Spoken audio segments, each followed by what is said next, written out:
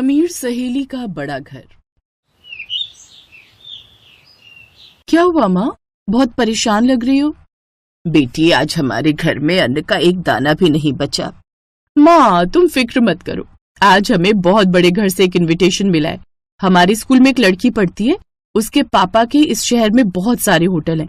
उसने आज हम सभी कॉलेज के स्टूडेंट्स को इनवाइट किया है माता पिता के साथ। आपको भी मेरे साथ चलना होगा। ठीक है बेटी, तो जल्दी से तैयार हो जाओ, शाम को ही हमें निकलना है। दोनों फटे पुराने गरीबों वाले कपड़े पहनकर उस अमीर लड़की रागिनी के घर के बाहर पहुंचे। बंगला देखकर उसकी माँ की आंखें खुली की खुली रह गईं। वो बिल्कुल व्हाइट हाउस जैसा लग रहा था। क्या हुआ माँ? ऐसा बंगला मैंने आज तक नहीं देखा ममता। खैर, जैसे दोनों माँ बेटी उस बंगले के अंदर गए तो देखा चारों तरफ एक से एक अमीर इंसान था। सबने महंगे महंगे कपड़े पहन रखे थे। तभी रागिनी उनके पास आई। दोस्तों ये देखो, हमारे कॉलेज की सबसे होनहार लड़की, जोरदार तालियों से इनका स्वागत करो। सभी लोग उन दोनों को अजीब नजरों से देखने लगे, लेकिन रागिनी के कहने पर सब जोर जोर से तालियां बजाने लगे। बेटी, तुम्हारी सहेली इतनी अमीर होने के बावजूद कितनी संस्कारी है। हम गरीबों की भी कितनी इज्जत कर रही है। खैर, थोड़ी देर बाद खाना शुरू हुआ। सभी लोग खाने की लग्जरी टेबल्स पर बैठ गए और वेटर उन्हें खाना सर्व करने लगे। ममता भी अपनी माँ को लेकर एक टेबल पर बैठ गई। तभी रागिनी और उसकी माँ उसके पास आई। रागिनी, इन्हें यहाँ बैठने को किसने कहा? इन्हें अपनी जगह दिखाओ। अब हाँ माँ, आप फिक्र मत करो, मैं देखती हूँ। ममता, आंटी, आप लोग यहाँ कहाँ बैठ गए अमीर लोगों के बीच? आप लोग यहाँ नीचे जमीन पर बैठ जाइए, आप लोगों की जगह यही है। ये तो किस तरह बात कर रही है? ममता, तुम बहुत मासूम हो। तुम्हें क्या लगा था वो तालियां तुम्हारे सम्मान में मैंने बजवाई थी? तालियां तो मैंने इसलिए बजवाई थी ताकि तुम लोगों को अपनी औकात का पता चल सके। इन अमीर लोगों को भी तो पता चले कि कोई गरीब आया है इस पार्टी में।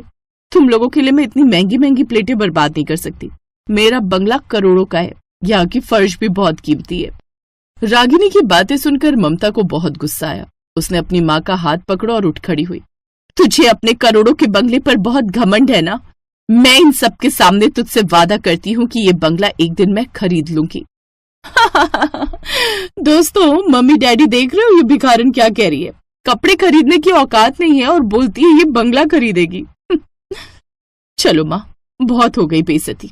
ममता अपनी माँ को लेकर घर वापस आ गई। बेटी, बाकी सब तो ठीक था, लेकिन तुझे इतनी बड़ी बात इतने सारे लोगों के सामने नहीं कहनी थी। हम तो साल का 50,000 भी नहीं कमा पाते। मैंने जोश जोश में आकर कह दिया था, लेकिन फिर भी मैं आपसे वादा करती हूँ कि उसका वो बंगला तो मैं खरीद कर ही रहूंगी। अगले दिन ही ममता अपनी सारी डिग्री लेकर किसी कंपनी में इंटरव्यू देने चली गई। मैनेजर ने उसकी डिग्री देखी, फिर ममता को ऊपर से नीचे देखा और कहा, देखिए, आपकी डिग्री तो ठीक है, लेकिन आपकी ड्रेस हमारी कंपनी की पॉलिसी के खिलाफ है। इंसान के कपड़े देखकर उसकी मानसिकता का भी पता लगता है। गरीबी मानसिकता हमारी कंपनी के लिए खतरनाक है। लेकिन ममता ने फिर भी हार नहीं मानी। वो लगातार कई दिनों तक अलग अलग कंपनियों में इंटरव्यू देती रही, लेकिन उसे कहीं पर भी नौकरी नहीं मिली। जब काफी दिनों तक उसे कोई काम नहीं मिला तो वो अचानक किसी रेस्टोरेंट में पहुंच गई। उसका मालिक बहुत बुजुर्ग था। बेटी, मेरे यहाँ सारा स्टाफ फुल है, मैं तुम्हें बर्तन धोने का काम दे सकता हूँ।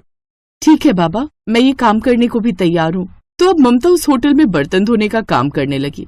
फिर एक रोज उसके मालिक ने कहा, बेटी, आज हमारे सारे हलवाई गांव गए हुए हैं, क्या तुम्हें खाना बनाना आता है? हाँ बाबा, मैं बहुत अच्छा खाना बना लेती हूँ, आपने कभी मुझे मौका ही नहीं दिया। देखो, मेरा भरोसा मत तोड़ना, क्योंकि आज हमारे होटल में इस शहर के बहुत बड़े आदमी आने वाले हैं। इस शहर में उनके सैकड़ों होटल हैं। खैर, ममता खुशी खुशी खाना बनाने लगी।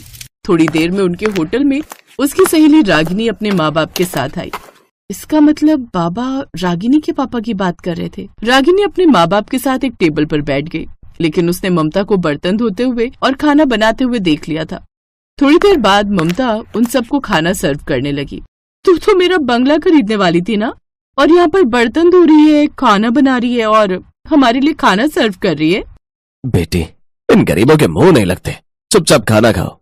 बेचारी ममता उस वक्त कुछ नहीं बोल पाई। अब वो दिन रात मेहनत करती जा रही थी। अब वो उस होटल में खाना भी बनाती थी, बर्तन भी धोती थी, इसलिए वो अच्छा खासा कमाने भी लगी थी। फिर एक रात उसकी माँ ने कहा, बेटी, अब हमें खाने पीने की कोई समस्या नहीं है, लेकिन तूने जो इतनी बड़ी बात बोली थी ना कि उसका बंगला खरीद लेगी, ये तो कहीं से भी संभव नहीं लगता। लोग तुझे हारा हुआ ही समझेंगे। माँ, ना वो बंगला कहीं भागा जा रहा है और ना ही मैं। मुझे ऊपर वाले पर पूरा भरोसा है, एक ना एक दिन वो बंगला मैं खरीद कर रहूंगी। तो ऐसे ही दिन बीत रहे थे। फिर एक रोज ममता के होटल में एक बहुत बड़े मंत्री जी आए। बाबा, कल मेरे बंगले पर बहुत बड़ी पार्टी है। खाना तो ओबरॉय होटल की तरफ से आ रहा है, मुझे कुछ वेटर चाहिए। ममता बेटी, आज शाम को तुझे मंत्री जी के यहाँ जाना है। पूरे वेटर स्टाफ को लेती जाना, बहुत अच्छा पैसा मिलेगा। ठीक है बाबा।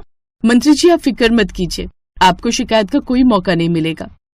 खैर, मंत्री जी वहां से चले गए। रात में ममता अपने सभी वेटर्स को लेकर मंत्री जी की पार्टी में पहुंची। वहां पर रागिनी के पापा के होटल का खाना लगा हुआ था।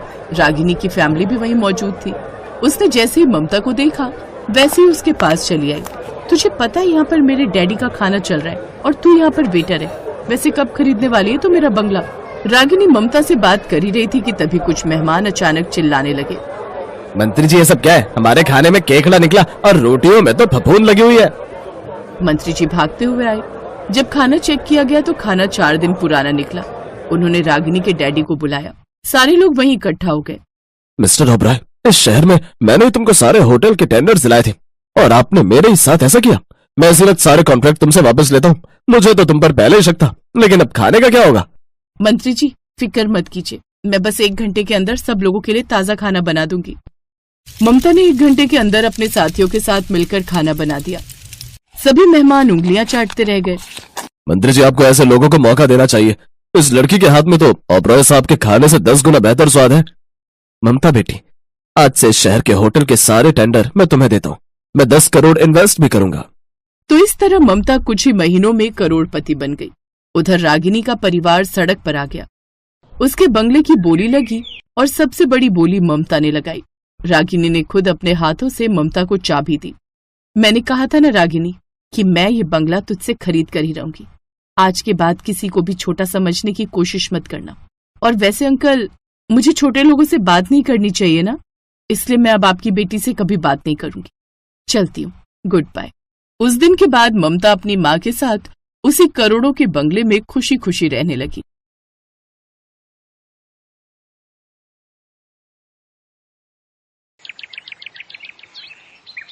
क्या हुआ मेरी जान, यूं मुंह लटका कर क्यों बैठी है? कुछ नहीं निधि, अगर तुझे बताऊंगी तो तू हंसेगी। अब बताएगी भी? मुझे ना अर्जुन से प्यार हो गया है, लेकिन वो गरीब घर से है। छी, तू क्या है यार, तुझे प्यार करने के लिए वही लड़का मिला था। उस जैसे गरीब लड़के को तो मैं नौकर भी ना रखूं। हाँ, माना कि दिखने में हैंडसम है, लेकिन फिर भी यार हमारे लेवल का नहीं है। तुझे कभी प्यार नहीं हुआ ना, तू इसलिए ऐसा कह रही है। मैं तो कहती हूँ तू उसका ख्याल अपने दिमाग से निकाल दे। कहाँ तू इतने बड़े बिल्डर की बेटी और कहाँ वो मामूली सी नौकरी करने वाला। तू नहीं समझ रही, वो मुझे बहुत अच्छा लगता है। अच्छा ठीक है, फिर चल अभी उससे जाकर कह दे। निधि सुप्रिया को लेकर अर्जुन के पास जाती है। मैं इन सब चक्करों में नहीं पड़ना चाहता। तुम इतनी अमीर लड़की को मना कर रहे हो अर्जुन, इसे तो तुम अपनी खुशकिस्मती समझो। मुझे अमीर लड़की नहीं चाहिए, मैं ऐसी लड़की से शादी करना चाहता हूँ जिससे मैं अपनी थोड़ी सी कमाई से भी खुश रख सकूं। और जानती हो सुप्रिया मैडम, मैं एक मिडिल क्लास घर में रहता हूँ जहाँ साधारण सा खाना पीना होता है, ना तो कोई गाड़ी और ना ही कुछ और। क्या तुम ऐसे रह पाओगी? ये सुनकर सुप्रिया घबरा गई। नहीं, मुझे नहीं पता था कि तुम इतने गरीब हो। मैं नहीं कर सकती इतने गरीब लड़के से शादी। देखा नहीं थी, गरीबी का नाम सुनकर ही वो पीछे हट गई। अच्छा तुम बताओ, क्या तुम मुझ जैसे गरीब से शादी कर सकती हो? तुम भी तो इतनी अमीर हो। बात निधि के स्वाभिमान की थी और वहाँ और भी कई लोग थे। हाँ, मैं तुमसे शादी करूंगी। और ये रही लिपस्टिक, अब इससे मेरी मांग भरकर सबके सामने मुझे स्वीकार करो। अर्जुन ने उस लिपस्टिक से ही उसकी मांग भर दी और वहाँ से जाने लगा। निधि भी उसके साथ साथ उसके पीछे पीछे जाने लगी। तुम मेरे पीछे पीछे कहाँ रही हो?